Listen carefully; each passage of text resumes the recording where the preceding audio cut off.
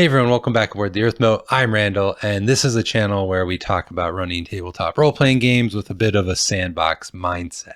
Today we're diving into a topic that is often debated, sometimes feared. I think game masters and players alike both kind of have some tentative feelings around it, but ultimately, in my opinion, makes for some really compelling and interesting gameplay experiences at your table. What we're talking about today is lethality, especially in OSR games or sandbox style games. Having this very real risk of character death profoundly impacts the decision making. It encourages careful planning, kind of tactical thinking. And I do think that ultimately leads to a more engaging experience and memorable game. I think you as a game master, if you kind of pull your punches or try to not put the party in dangerous situations, I do think that leads for a little bit more of a duller game experience. So let's go ahead and talk about why that is and why you want to have that possibility of character death or running a more lethal game at your table.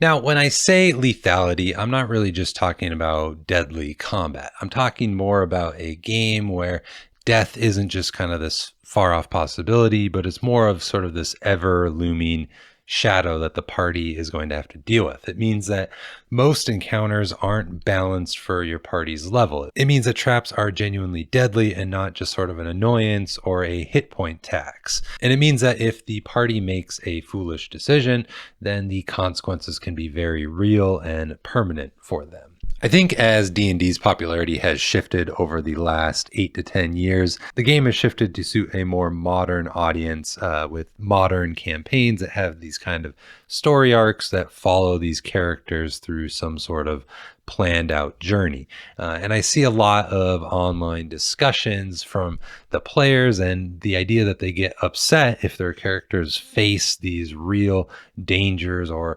possibilities of deaths. They don't want their character to die, which I think is understandable. No one really does, even in OSR style games, but they don't want it to die because they've invested so much time into the character. And I don't mean just at the table, I mean away from the table. They've created these carefully crafted backstories, and maybe they've commissioned artwork for the character, and maybe they have sort of this aesthetically matching dice set. I mean, they put a lot of thought and soul into these characters, and that's an interesting thing. But when you have that get in the way of the actual game aspect where there should be risk and possibility of lethal consequences against your characters, I think that's when it starts to become a problem, because it's almost like there's often this unspoken assumption that the DM is going to pull their punches and that the characters are going to generally survive, and that total party kills, TPKs, are something to be avoided at all costs, but avoided by the game master, not the party. The party can make the decisions they want, but the game master, it's up to you to make sure that that party doesn't wipe. And if they do, it's sort of like this kind of black stain on your record, which I don't think is really fair. I mean, the situation you can present to the players, and if they make bad decisions and they get wiped out, then, you know, it's a game, that's what happens.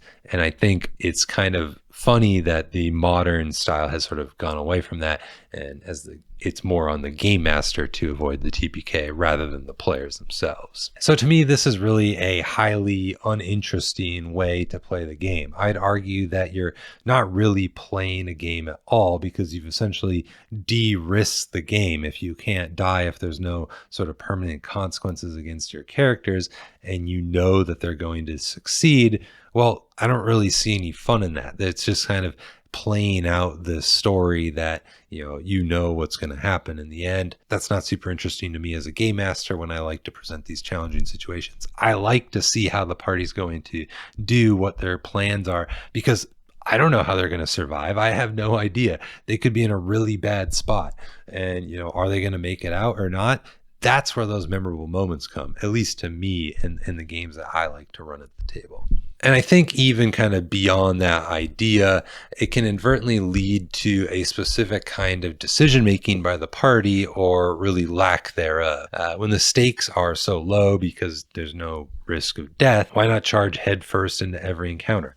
Why not split the party? Why bother with those annoying reconnaissance missions, or parlaying with different factions, or devising some sort of clever tactic or plan to gain some sort of advantage in the upcoming combat? If you know you're likely to just hack your way through and succeed, you don't really need to go ahead and do any of that, because you're already going to win. So what's really the point? And I think that's really where the problem for me starts to arise. Like, yeah, you get those victories, sure, kind of technically, but to me, they feel hollow because there was no risk. Nothing was really risked. So in the end, nothing was really gained. And I think that's a real shame, because, why are you playing a game if there's no sort of risk reward trade-off? Now contrast that with old school D&D or OSR, or any style of game that doesn't shirk away from lethality and gets kind of branded as sort of this high lethal style game. Here, I think the philosophy is quite different. Character generation tends to be quick, frankly, because you might be rolling up a new one very soon. Hopefully not. Hopefully the party and the players can learn, and they don't have to roll up characters. But there's not a lot of time invested into backstories on these characters until they've played a few sessions, until they've gained a level or two, and they have kind of this sustainability. That's when they start to kind of stick around, and they can run those characters for a long time. They can become attached to them, but early on, it is a character, it's kind of, you're sort of feeling it out, but you're also just really trying to survive in the game world. Resources are scarce and information is king. You need to realize what your resources are, what sort of information you have at your hands. That's how you're really going to survive. You come up with those plans to kind of really tilt the odds in your favor, or at least tilt them to the best probabilities that you got. And I think as a game master, when you're planning out your dungeons and you're thinking about the monsters you want to put in there, you put them in there because they make sense to the world. They make sense to whatever sort of story you're trying to tell with that location, not because it's sort of level appropriate, or has some sort of CR rating that matches the party. Now, don't get me wrong, I don't think it's right to send a party of level 1s into some sort of demon hellscape. That is not really a fun situation for the players, and it doesn't really make for interesting gameplay either. Yes, dungeons should be kind of roughly balanced for them, and I think you do have balance in OSR games too, so don't misconstrue what I'm saying here. But I think it's fine to have monsters that are way above their challenge level in a dungeon. If they are able to see the signpost that monster is there, if people tell them about it, if they know about it, that, this thing's dangerous, stay away from it, that can make really interesting gameplay. It can make for situations where, maybe the party has to get through its territory to something on the other side. So now how are they going to figure that out? How are they going to sneak past this monster? Or maybe you have some sort of big monster that patrols the halls. So, they need to try to avoid it. What are they going to do in those situations? That's interesting. Those are ways to kind of eschew balance or challenge rating, and put things that make sense to the story location, and let the players play those scenes out as they happen at the table. When you have a more lethal game, I think it leads to a fundamental shift in the player mindset at the table. When death is always on the table, suddenly every decision carries a lot more weight. Think about it. Are you really going to kick down that door without listening first? Probably not. You're going to listen, you're going to check for traps, you're going to consider maybe if there's another way around this potentially dangerous room. Do you want to rush into a fight against 3 goblins when your fighter is already at 3 hit points? Definitely not. You're going to look for an escape route. If you really have to fight them, maybe you're going to funnel them into some sort of choke point, or lure them into a trap of your own devising. These are ways that you handle these more risky situations in a higher lethal game. I think lethality really forces the players to engage with the world on a deeper and more strategic level. It's not just about what spells you have or how much damage your sword does. It really requires a lot more careful planning. Before even setting foot into a dungeon, your players are asking about What sort of supplies do they need? Do they have enough rations and light sources? They're asking, what's their objective in the dungeon? What are they trying to achieve, so they know when they've done that and they can retreat back out of it? What are the potential threats? What are their escape routes if they need them? This kind of pre-planning really becomes vital. It's not just a formality or kind of an afterthought in games where lethality is much lower risk for the party. I think there's also a lot more tactical thinking in the moment. Combat, when it happens, is no longer a foregone conclusion, just something that's kind of thrilling where you throw some math rocks, but ultimately you're going to win.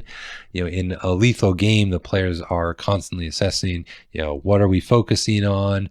Can we use the environment to our advantage? Is there a way to disable the monsters without, fighting them head on? Is it time to retreat from the battle? These are very serious considerations when you have a much more dangerous game rather than one where, everything's level appropriate and the party should win with maybe a few challenges. Resource management, which we've talked a lot about on this channel, is also an important aspect of lethal games. When risk is present in your game, every spell slot, every arrow, hit points are all incredibly valuable to the party. There's really no expectation of short or long rests after every encounter. Slow healing is very much present, and this scarcity makes the players prioritize and be creative with what they have and figure out ways to try to really minimize the threats to their player characters and what they're going to face at any given moment. And that's really where the creative problem solving comes in. When a direct confrontation is too risky, the players are really going to be pushed to find interesting or alternative solutions. Can they trick the monsters, or could they bypass them entirely? Maybe they need to use diplomacy or stealth or some other sort of lore or information they have to help them achieve their goals. I think this is really where some of your more memorable and kind of genuinely emergent gameplay moments happen at the table, is when they're trying to find these interesting solutions to the very real and very dangerous problems that you've presented to the party. And I think as a game master running a lethal game or a lethal sandbox, your role really shifts too. You're less of an entertainer curating this experience, this story for the players to travel on, and more of a neutral arbiter of the world. Of course, yes, you're still curating an experience and you're trying to make it entertaining for them, but you're really more focused on presenting challenges, and you clearly communicate information and signpost dangers to the party, and then you really let the dice and the players' decisions determine outcomes at the table. I know for me, this really felt liberating as a game master. It fosters this sort of genuine trust and respect at the table. You're not really there to save them. You're trying to run this consistent and dangerous world. And when the players know that, their successes really feel earned, their victories are hard won, and their clever solutions do feel kind of genuinely brilliant and make for these memorable moments at your table. Now, I know what some of you might be thinking. Death is just frustrating. There's nothing fun about death. And I think, yes, that is true. The death aspect still does sting, even in high lethal games. But I think the fun from a game where you have more of a higher lethality, possibility, the fun comes from a different place. It's more about the thrill of overcoming these kind of overwhelming odds, not through brute force or just sort of hacking your way through, but more of a focus on planning, cunning, and wit. It's the shared stories of these sort of ingenious plans or desperate escapes that really become memorable for your party. It's the sense of accomplishment when your character, against all odds, survives another delve into a treacherous dungeon. And of course, sometimes things do go south, and those can be great motivators for the survivors, if there are any. Maybe they want vengeance for their fallen brethren. or maybe they discover that they need to do something else or something different to shore up the weaknesses that led to the fall of some of their party members. It's important to know that character death in these games is not pointless. It has meaning if the players are willing to learn from it. And often the characters that have died in your stories are remembered and live on through the actions of the other PCs at the table and the stories told by your players about the campaign, even after it has long since concluded. Think of it like this. A high-stakes poker game is far more exciting than watching a game of solitaire. The risk makes the reward, and the experience is far more impactful. So if you're a player who's always felt like something was missing from your D&D experience, or if you're a game master looking to inject more tension and meaningful decision-making into your games, I really highly encourage that you maintain lethality within your games. Let the players make their choices, play the monsters and their actions honestly, and let the dice fall where they may. You might just find that the Grim Reaper is actually your best friend when it comes to fostering truly memorable moments at your gaming table. What are your thoughts on lethality in tabletop role-playing games? Have you had experiences where the risk of death led to these sort of amazing moments at your table?